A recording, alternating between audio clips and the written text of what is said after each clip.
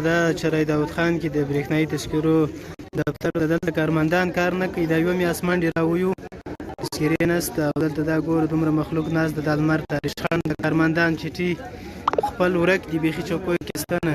ریشخند کله میوت ته ورلیږي کله بل ته. بایومټریک هم شل شپې مخکې دا کار ولې نه کېږي ماماګانو؟ رشوت غواړي.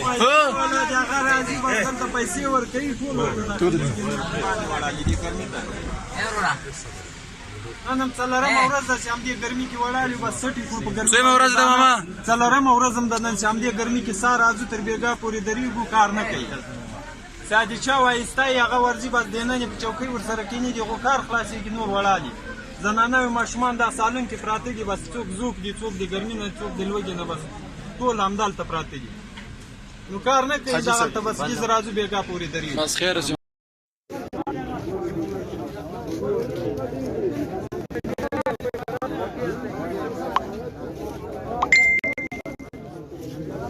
دا لمر وګوره، دلته ټول خلک ناست دي، تذکرې نسته، حساب کتاب نسته، ټول لمر ته کېنولي دي. ریشخند د کارمندان کار نه کوي.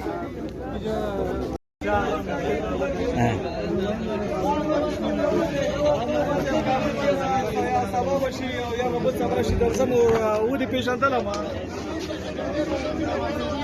مدیر صاحب فرید چې هغه موټر